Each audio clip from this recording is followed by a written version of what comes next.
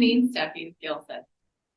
I started in estate planning on accident. So I remember going to law school and thinking, someone told me they were practicing elder law or going to practice elder law. And I thought, well, that doesn't sound like very much fun. I don't know what it is, so I'm not even going to ask any further.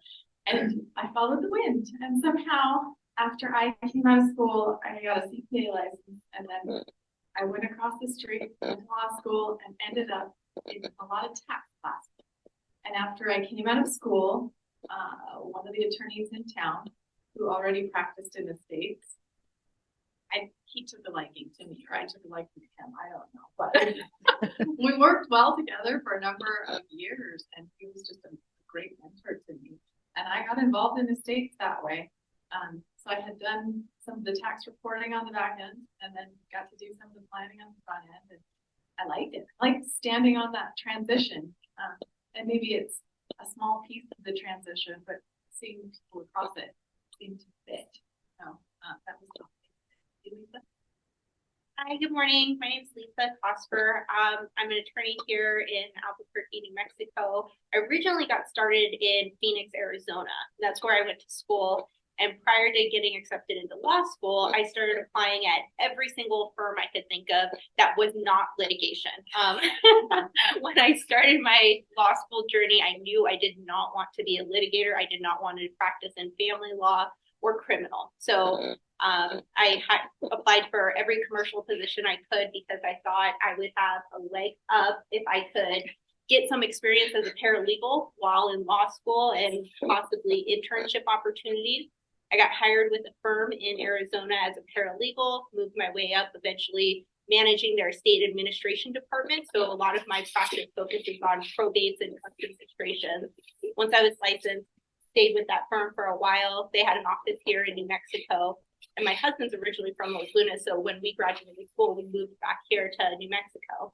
And now I practice for a firm that does a lot of different things, including litigation, but I don't practice litigation. I still only do estate planning and trusts and probates.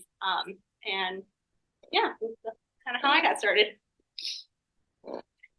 So what do you think is the most important thing for people to think about when it comes to estate planning? Thinking about it. Getting it done. Yeah. Don't put it off. Don't put it in the back burner. Don't say somebody else will do it for you. These are your wishes, your assets, the people you care about, your pets, your loved ones, your charities. You need to think about it ahead of time, because if we don't know what you want, you're going to leave a mess behind for the other people trying to figure it out, and we can't ask you. If you want to elaborate on that. I get the question of, but doesn't everything just go to my kids? I don't know. Doesn't that work out well? And I always respond with the one time that I had this case. One time, someone had come in and said their parents passed away, but mom was the last to go. She didn't want to write it in the will because 6 kids, it'll all just go to the kids. She wanted it to go to the kids. Yeah, $20,000 in legal fees later. I don't practice in litigation either, but I think they have enough funding litigation. If she had written it down, the kids might have also believed that they wanted everything split. We won't know for sure. Was mom trying to leave the house to the one child who was living in the house when she died? Did she know that child was going to be living in the house when she died? No idea. Just write it down. It's so easy to write it down. And the one thing when people come in, the lowest hanging fruit, the number 10 bang for your buck, is do your powers of attorney, because you don't always just die. Explain what a power of attorney is and does. Yeah. So power of attorney is during life. If something happens to you, you can't make your own decision. You have someone in place, the person you would choose, not the person the court would choose for you, not strangers choosing for you, not a stranger, perhaps. Who'd be in charge of finances? Pay your bills if you're unconscious, and maybe you'll have some money when you wake up, right? You picked the right person. But also in charge of your healthcare decisions if there's an emergency. And then number 1 is placement. Oh my gosh, if you have a long-term illness and you don't have someone in there to advocate for what you actually wanted, you won't get it. Yeah, so my experience has come from working with other litigators as well. This influences my estate planning practice and what not to do because I see them fight over it.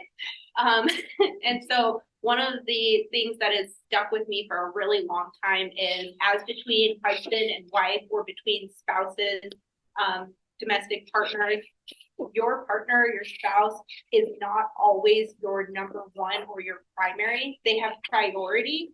But we unfortunately had a case out of my last firm where husband and wife did not have the same last name. Wife was involved in a critical car accident, went to the hospital, husband followed, went there. Doctors wouldn't even tell him what room she was in. They had different last names. Fortunately, we had digital copies of their documents on file and we were able to fax them over. But how agonizing. Your wife is in a critical car accident. You're not getting any status update. You don't even know what room she's in. And the doctors won't tell you anything because it's a violation of privacy because you couldn't prove that you were related to this person or that you were their agent. I felt so bad for this poor man who was just crying on the phone to us because he didn't have those documents. And yes, we don't carry our healthcare documents in our purse or our briefcase with us 24 hours a day, 7 days a week. But could you imagine if this man didn't have documents in place and he and his wife just assumed that they were always going to make each other's healthcare decisions? And he couldn't make that for her. So that's always something that I counsel my clients on, especially when I get some pushback from married couples saying, well, we don't need to do anything. We're just going to be each other's agents and then we'll let the kids figure it out from there. Or we don't need a plan in place right now. We'll think about that after one of us goes. And that's always something that I share with them. And it always needs to be updated.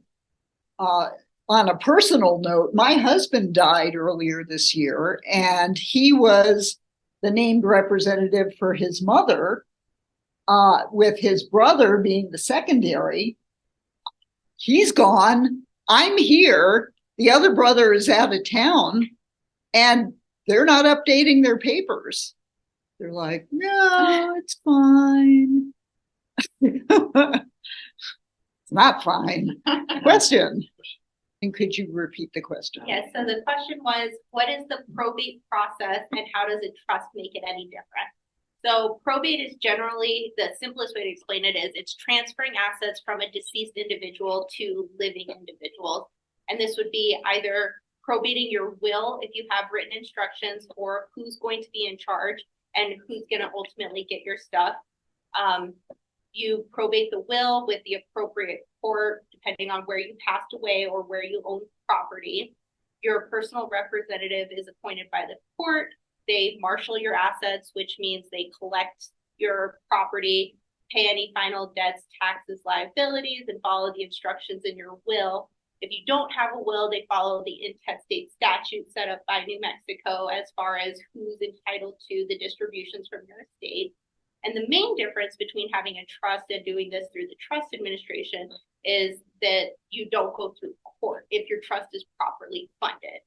So you have a named successor trustee who gets appointed through the trust administration process, accepts their duty as successor trustee, collects and marshals your assets, pays your final debts, taxes, and liabilities, and then distributes your assets in accordance with the trust agreement, similar to your will. Well done. How about the rundown of intestate? Who gets what first? Yeah, we all memorize this statute. I know that somewhere in there, cousins and stepchildren are now listed. So generally speaking, you've got lineal descendants would come first, divvied up equally. Imagine your blended family, so this gets really complicated. My favorite is, just by way of example, to kind of cement something in your mind. Why do we do this planning? The client I have is that they walk in and they say, well, mom passed away. Mom didn't write anything down. She had just the house. It was just her house. But the house came from dad. Okay. And dad inherited it from his parents. And it was all paid off when he inherited it. So this is what we call separate property. Well, dad has kids. Mom and dad, they had kids. What the statute says is that 75% of separate property goes to the kids. 25% goes to mom. So mom didn't own her house anymore. 75% of it goes to the kids. One of the kids is a drug addict. So we have to contemplate that there are going to be some things written in the law that do not make sense for you. It can say equally to all the kids, all these little nuances don't help you out. It can say, if I don't have any kids, no lineal descendants, it's going to go to my parents. So I pass away, it goes to my parents, we're cool. Or are we? Are my parents on Medicaid at that point? Because now they're not on Medicaid. We're gonna screw that up. So you gotta be careful. Writing it down. If you're looking at, and by the way, there are a few little workarounds for the client who walks in and mom's got her house and leaves it to the kids, or doesn't leave it to the kids. There are some allowances under state law as well. So we think about what the law says in the event you get married and you don't write a plan. The law says that if you've got everything together, it might transfer together, joint tenancy. Some of your assets might be in joint tenancy and some of them might not. But the law also offers $45,000 worth of extras to your spouse. So even for those of us who walk in and get married and have a plan not to leave anything to each other because we have everything separate, kind of need to. One moment, please. It looks like we're having a technical issue. Thank you for your patience. Right on the outside of a will later on, they're not valid unless all of those are also formalized with the witnesses and the notary. I would also just encourage that you seek professional guidance for your estate plan. Just in my practice, we see things differently from an attorney's perspective, and it's not because there's more than one way to do it. And I can't agree, but what I try to do is make my clients think of things that they may not have thought about in their estate plan. So, generally speaking, when most clients come to me, they say, okay, this is kind of who I want to be in charge and how I want my stuff to go. We've kind of gotten there in most circumstances. And then we talk through, okay, why did you pick this person? Well, this person lives close, or this person will respect my healthcare decision making, or this person is the leader of the family, so they know to make sure that everything's divided equally, and they'll be the best person in charge to handle any family disputes. Sometimes, though, I get, well, I just named them because they're the oldest. Okay, well, does that make sense? Probably not, because your oldest is currently getting divorced, has her own bankruptcy dispute. She's going through creditors' claims, and she's probably not the best fit, but some default to order of age, and we talk through those considerations. And then sometimes we think, okay, well, I have one asset, so in order to avoid probate, I'm just going to go ahead and do a transfer on death deed and leave everything equally to my 5 kids. Well, let's talk about the pros and cons of doing that, and why, in theory, that may make sense, but in application, why that's not a good idea. So just getting the professional guidance to talk through the pros and cons and the formalities to make sure that your plan is actually executed the way that you want it to be. So did I miss that a handwritten will is legal in New Mexico? If it meets the formalities of a will. It's executed, it's notarized, it's witnessed, and it meets all of the statutory requirements, it can be. Okay, so yeah, somebody I know just hand wrote, but didn't get it notarized or anything. Yeah, okay. Have you had the one on a napkin? I have not had the one on the napkin. I did have one that was written on a scratch piece of paper on the back of a pre-printed will online. Ooh, the front wasn't filled out just You're not sure which side. Somebody did submit a question earlier about how do you take care of a child who might have medical issues or mental incapacity? How do you help cover keeping a child who is not going to be able to make their way in life? How can you help them through your estate planning? Yeah, I'll give a personal example. So my brother, who currently lives with my dad, is special needs. He's an adult, and my dad's plan, when I talked to him about it, because I'm nosy and I force my dad to tell me things that he's uncomfortable with because, I want to make sure he's got it all done. And my dad is not a very forthcoming individual. When I ask my dad a question, hey dad, how are you doing? How's your day? Good. Not because he's rude or anything else like that. This is his personality. He doesn't elaborate, doesn't expand. But once I got into estate planning, one of the things that I thought was really important is to make sure that my brother was protected. My sister and I were full blood relations, same mom, same dad, and we're adults. We're capable of handling our own affairs. Some days more than others. But, my brother, he's about 10 years younger than my sister, and he needs the help. He's special needs. He works a part-time job, but that's not going to support him. And if something happens to my dad, he's going to need all the help he can. He's going to need help. He's going to need eventually 24-hour round time care. And one of my dad's concerns was making sure he was protected. And when I read my dad's estate plan, he split it up between the three of us. And I told him he was crazy. My sister and I don't need it. He felt obligated to include my sister and I in the plan because he thought that that's how he was supposed to show that he wanted to provide for us. And when my sister and I had multiple conversations with him that everything should be put into a trust for my brother first, take care of him. He's going to have, unfortunately, a shorter life expectancy than my sister or I, absent any accidents or anything else like that.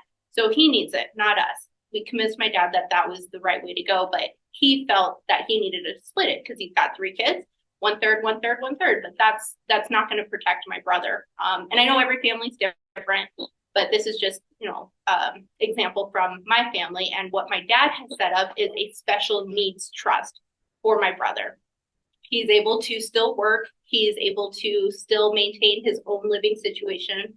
My dad has built him a little casita in the back of his property that he has. It's his own. He complies with Texas law and Texas statute to make sure that his income that he receives from his job is below his needs and his supplemental benefits. And anything my dad leaves him in this protected trust, because of the way it's drafted, is not going to disqualify him from his special needs benefits that he's receiving from either the state or federal benefits to protect him for the care that he's going to need. It's set up to supplement those benefits and to provide for him for his lifetime. And if there's anything left after his care, then it comes back to me and my sister. But that the primary goal of the trust is to protect those assets that my dad worked so hard for to protect his son. And so he's not negatively impacted. A lot of the times when people don't plan or don't plan properly and somebody's receiving Medicaid or federal benefits or state benefits, they get disqualified from those programs because now they have a large income source as the state sees it. And it's really not enough money to support that person for the remainder of their life for the care that they need. And then they have to spend it down and go through the process and reapply and get all those benefits back. And they're usually in a worse position at that point. Did you want to add anything? Well said. We have a question online. Oh, we have a question. Question in the room? Let's do the question in the room. That was a question I was going to ask. We talked about that earlier in the health situation where the husband had died and mom had to and you said about Medicaid. And so that's what she was Lisa, that's what Lisa was. So when you said it, I was like, wait, what? Yes, so the question is to clarify what I said earlier about leaving something to your parents accidentally if they're on Medicaid. Medicaid is a government program, so it's based on resources and income of the individual who needs care. So that's an assessment that's certified every year. And if someone on one of those types of programs receives extra income or assets, it can destroy their eligibility. And if you get kicked off of some of those programs, it's years, not decade waiting to get back on. Is this Medicaid or is it Medicare? Yeah, so Medicaid is typically a needs-based program unless you meet certain eligibility requirements because of disabilities. And then Medicare is usually for 65 and plus, and those have income restrictions for other types of benefits like your supplemental care for prescriptions and how much you'll pay in premiums. So that can affect it. But typically the baseline eligibility requirement for Medicare is age. Medicaid is different, it's needs-based. So in that scenario, if they're on Medicare, it wouldn't necessarily, when you said it kind of talked. So the Medicare wouldn't necessarily affect them with the Medicaid. Yes, and it'll depend too on what types of alternate programs they may be on Medicare, if they have an income-based premium payment, or if they have income-based prescription plans that may affect it. But the drastic, drastic Biggest loss? Yeah, biggest loss, it would be Medicaid. Medicare is a little bit different. And then I believe Medicare does like a 3-year average for your income that you submit for your prescriptions and for your premiums. So they average it over a certain period of time. And there's an affidavit that you can file if there's, I think most common is when you sell something and there's a capital gains or loss that you have to report, so you don't actually have that income. It was just reported as a gain or a loss. So there's different ways to mediate around that, but the biggest impact would be to Medicaid. So a question from the online audience is, would you please elaborate on possible problems with arranging assets to transfer on death? There's a lot. So biggest problem is usually you leave it to 2 or more people who have to share an asset like real estate with a transfer on death deed. I see this a lot on our litigation wing where people are fighting over how to list and sell the house, what the appropriate price should be, who's going to be in charge of hiring a real estate agent, what's an acceptable price range. And I know it sounds silly, but after somebody is gone, people will fight over the littlest things and they'll spend thousands of dollars on attorney's fees because they disagreed with a $2,000 or $3,000 price comp difference. I've seen that. And it doesn't make sense, but people do irrational things when they're emotional. Transfer on death designations with financial institutions, leaving things to minors and naming minor beneficiaries on your IRAs or your securities, not having contingent beneficiaries. So you leave everything to one person and that person has predeceased you. Special needs beneficiaries or people who are receiving state or federal benefits now receiving an asset that's now unprotected versus through a trust or a will that you can provide for caveats. We don't always routinely update our beneficiary designations or look at them to make sure that they're still what we want. And things change. You know, when we named our 5 kids, they were all healthy, well, doing good. And then we have the child several years later who's now abusing substances. And we didn't anticipate that when we originally named them. Other problems you see. I like all those answers, but they remind me of things, so I'm going to tell you stories. So I have the brothers, there's a piece of real estate, it was just left 50-50. 2 brothers. They got along beautifully. Everything went so well until the one died. They were both on a deed together, transfer on death deed. So maybe 30 days after, dad dies, leaves it to the 2 boys. One of the brothers dies. So we've got the brother who's surviving and his now the deceased brother's new wife's husband, who is the conservator for the minor child that brother left behind, because brother didn't leave the will. So now these two are supposed to manage this property together. When, I mean, we planned well, we knew they got along. Everything went so well, right? So even if you had kids that they just swimmingly they get along, it doesn't always turn out the way you want. I had another one where it was kind of the three girls sitting in the room, and I don't do transfer on death to more than one person unless it's a married couple, because you share creditors. Anybody slipping, falling, etc. on that property sues all of the owners. Any of the owners getting divorced, dying, having had a tax issue. And it was kind of like after everyone else left the room, the one sister says, "Great. Did you tell your mom?" I represent her. So this is, both a lesson in talking to your mom's lawyer, and also putting more than one person on a transfer of death deed is generally not a good idea. No. Yeah. And the ones where they've named like 5 kids on every account, and then there's a house. And the estate has no cash. That doesn't do you any good either, because now if we need to fix something on the house, everything's been distributed to the bank accounts. I can't even pay for a funeral. So this becomes an issue. So you're kind of looking at the big picture.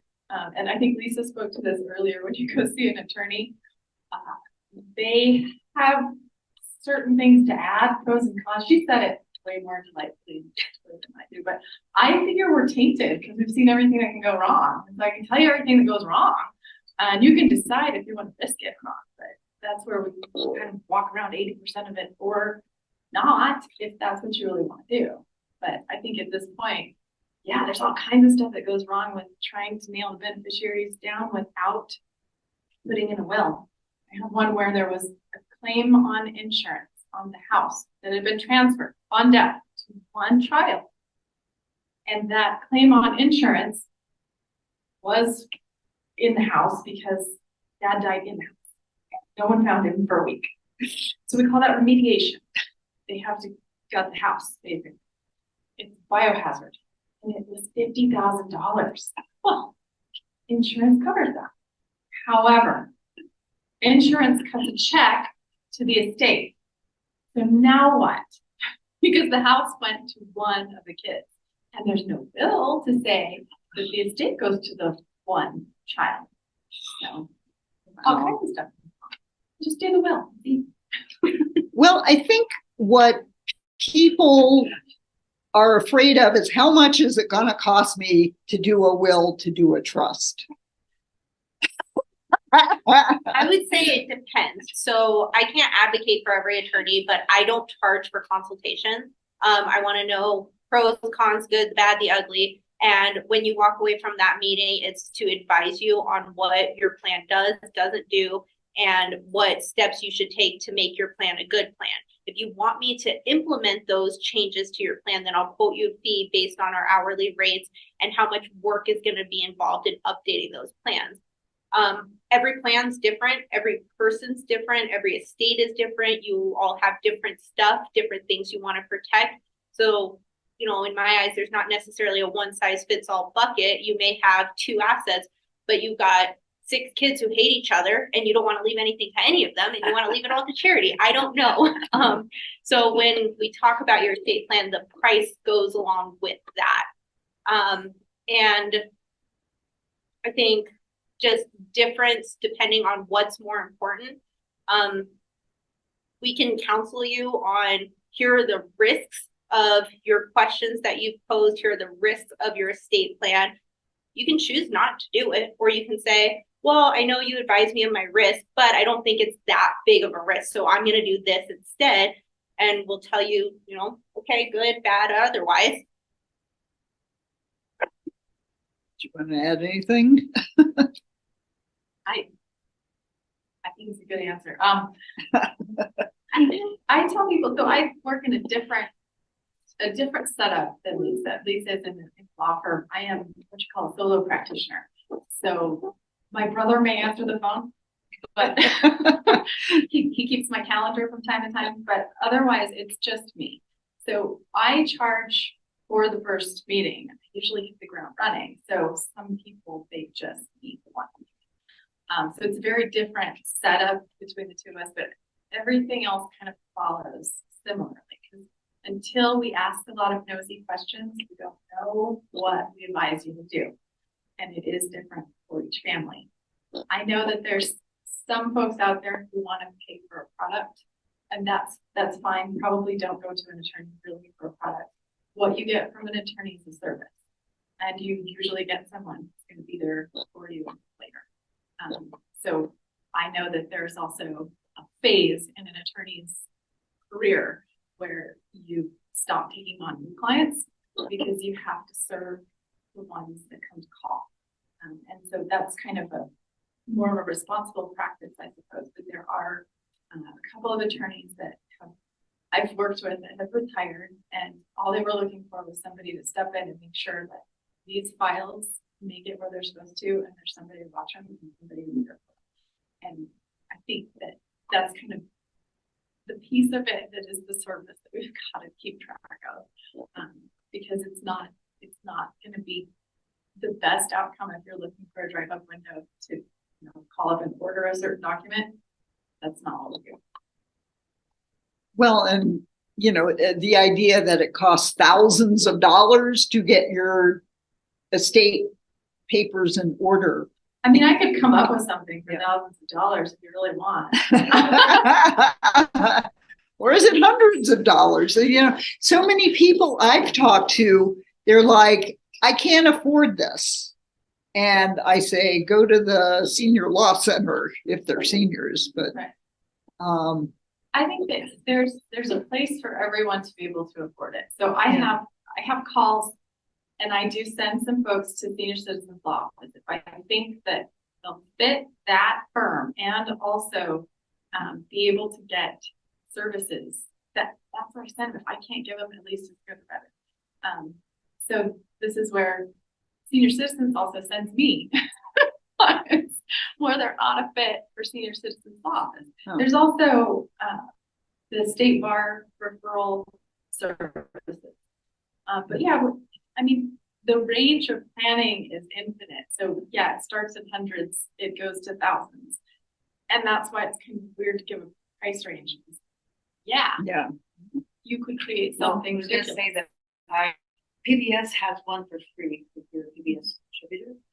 And I started, never finished that. And then I bought one on QVC. I say, oh, well, walk through it. Haven't done that one either. So I think I need help.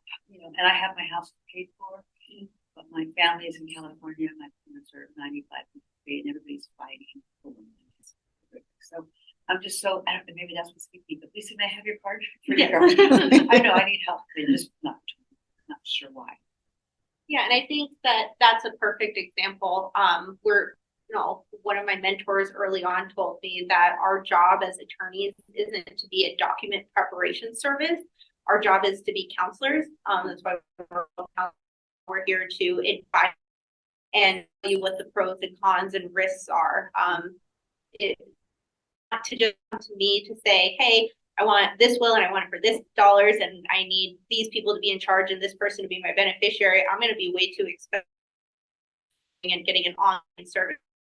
Coming to look for guidance and counseling and saying, these are who I wanted to nominate. Let's talk about the pros and cons. These are who I want as beneficiaries, or I don't have anybody to nominate. I don't have anybody's name as my beneficiary. What are my options or what are my risks?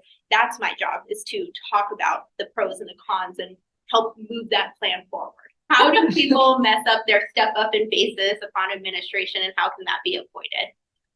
Step up in basis is something that's provided or something that you can get as part of a trust administration or probate when somebody passes away. The easiest way to think about this is, let's say mom or dad owned a stock that they bought for $10 per share when they bought it.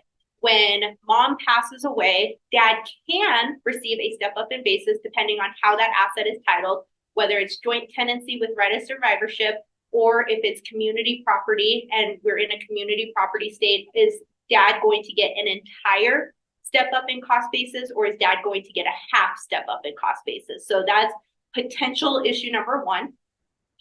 Number two, now dad has passed away and he is transferring that property to heirs. And at the time of dad's passing, that $10 stock is now worth $100. So we've got a $90 gain per share of stock if we're using the original $10 basis. When dad passes away, if he leaves that as a gift through a trust, a will, transfer on death designation, working with the financial institution to make sure that the institution has updated the cost basis. So that can be Computershare, AST, Morgan Stanley, whoever is managing the funds, to make sure it's updated before distribution. Where I see a lot of the issues arise is the account is cashed out before the cost basis is updated. And this is usually because they need funds to pay for final expenses that they're anticipating before death and they have a power of attorney. Or they cash it out, or they add themselves as a joint owner on the account as opposed to being the designated beneficiary. That changes the basis because now you've made a gift of that asset when you add a joint owner to it, and you get a partial step up in basis. You don't get a full step up in basis versus if you had received it as an inheritance. Or not telling the financial institution that the person has passed away and you cash in the account as a power of attorney agent. That's one of the ways that I've seen that get messed up because the financial institution hasn't been notified of the passing to update the cost basis. Well, and after there is a death, if people have planned with an estate attorney, what role do you play after a death? Because the estate attorney and the CPA are some of the people that we should pull our list of contacts together. So what do you do after somebody dies when the survivor comes and says, I see you're my dad's attorney? Right. And it's not just after someone dies. I have a lot of consults now on when someone is starting to lose their marbles. Oh, yeah. Whether it's a spouse or a parent, and how do we get in there and what do we do? And even if we have the document, how do we pull the trigger on this? Do we pull the trigger on this? And so some of this is, yes, just experiential. It's not what we learned in law school, that's for sure. But it's walking through those things that are, I mean, I know in my file what's intended under those documents. And so sitting with now one of the spouses talking about what the other needs or wants and how to execute on that. If it's, I wanted autonomy protected, we kind of need to transition into that slowly. If someone's passed away, we want to make sure that there's access for the survivor and that benefits are in place, proper benefits. So yeah, there's some things that should automatically happen with Social Security. Social Security is busy. They have lots of people to track. The spouse who survives should be getting the higher of the two Social Securities. And it should go back to that date. And I always tell clients, you're going to get a nasty letter from the IRS, probably from the IRS too, but, from Social Security. It's going to say your benefits stopped if you're the one who made less. And then the other letter might be like 3 weeks later. It says, and now your benefit is going to be the higher amount. Okay, well, send somebody a letter that you're going to lose your only benefits right after losing a spouse. That's great. That sounds wonderful.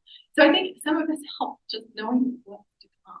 What's that process? If I can see it at least from 30,000 feet and I know what's to come, that'll help me. And then I like to be there in the event of those more specific questions, but I don't have to be involved every single step of the way. I have some kids who want me to do everything.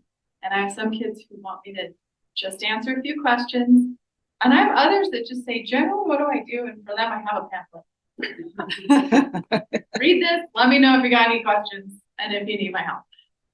Because the work has to have a purpose. So if people aren't actually getting something out of what I do and I can't see it actually worked, that doesn't help me either. going forward.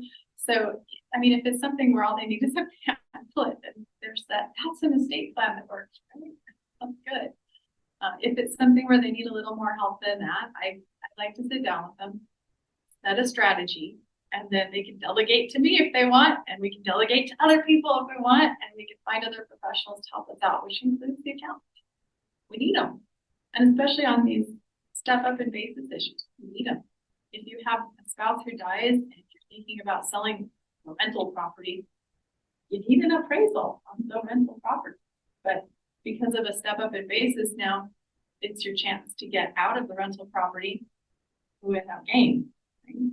Now not have to manage a rental property, maybe as the sole surviving spouse. Can you summarize that? Yeah, this might be different for each of us. I charge the same way, so I'm back to that hourly charge. So I just continue on kind of the same way we started. It sounds like there's a little bit different. So for my planning clients, I don't charge a consultation fee for planning, but I'm set up similarly for my administration fees. So if you're coming to me for an administration consult, we'll walk through what the steps are for the administration. And very similar, we've got the options. Here's your checklist. Here's what you want me to do, or you don't want to do it, I can do it for you. Different types of range of services. And whether it's the surviving spouse, the designated successor trustee, or personal representative, they would come make an appointment and we would talk about what plan they wanted to execute moving forward as far as the checklist, the partial or the full. And that just depends on the needs of the individuals and what services that they need.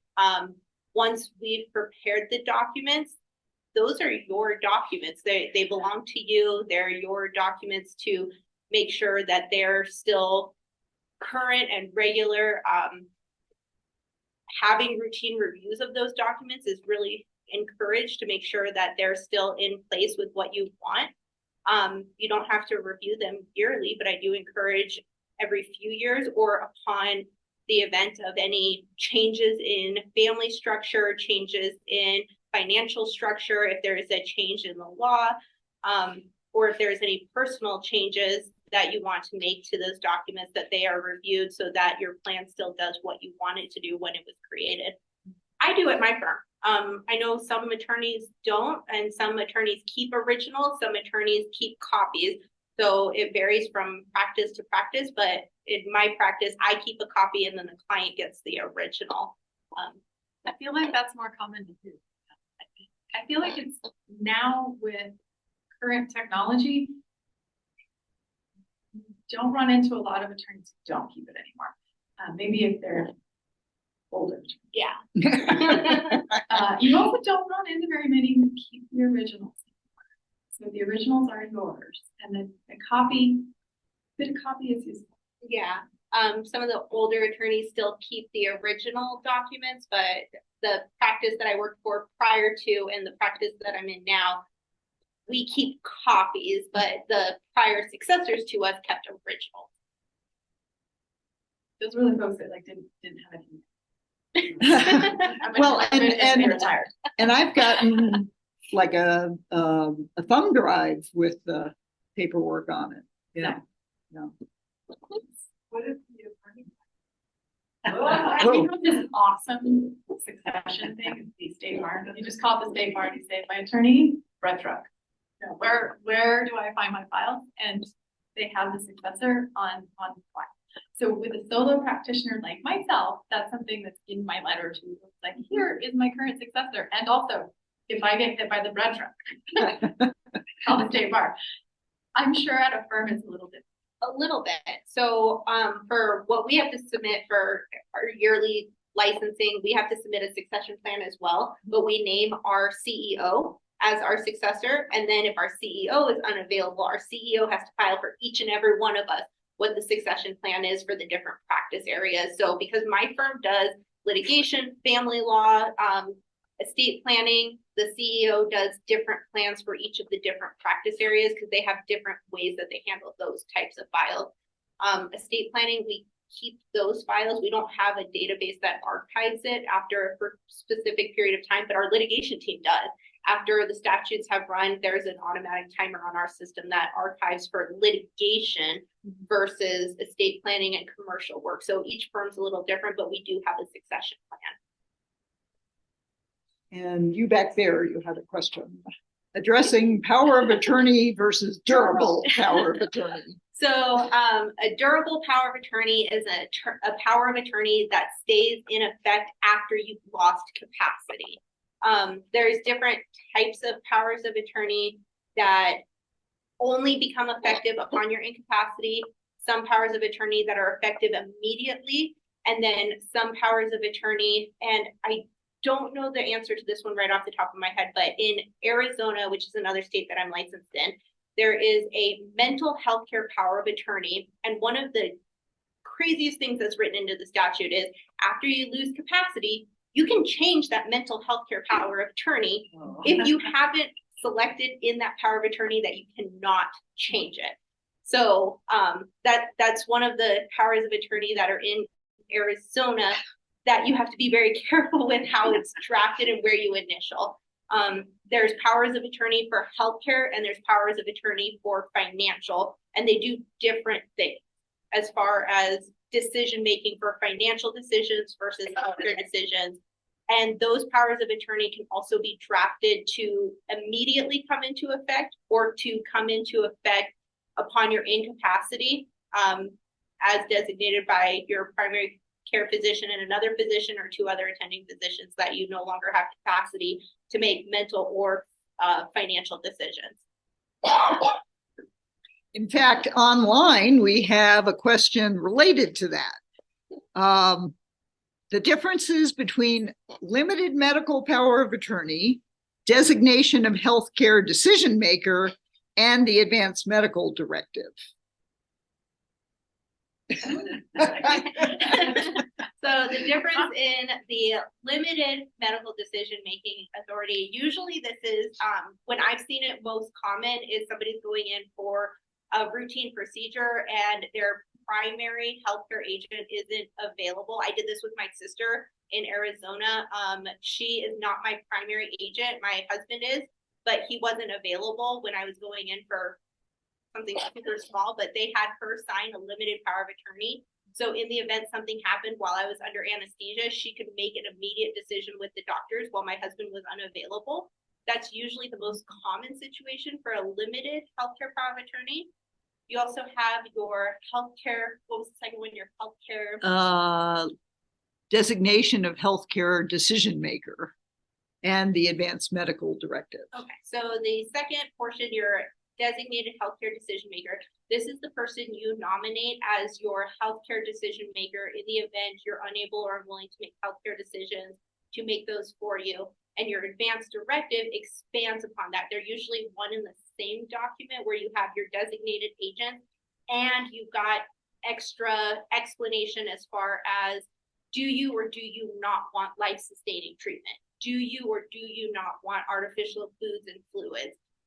Do you or do you not want to make an anatomical gift? And then there's other optional provisions that are in the statutory form as far as I've seen some of my clients include different provisions for religious beliefs or other reasons that they do or do not want certain types of treatment options or medications or procedures, and they've expanded on those default answers, and that's going to be included in your advanced directive. Very, very important things to have on file for sure.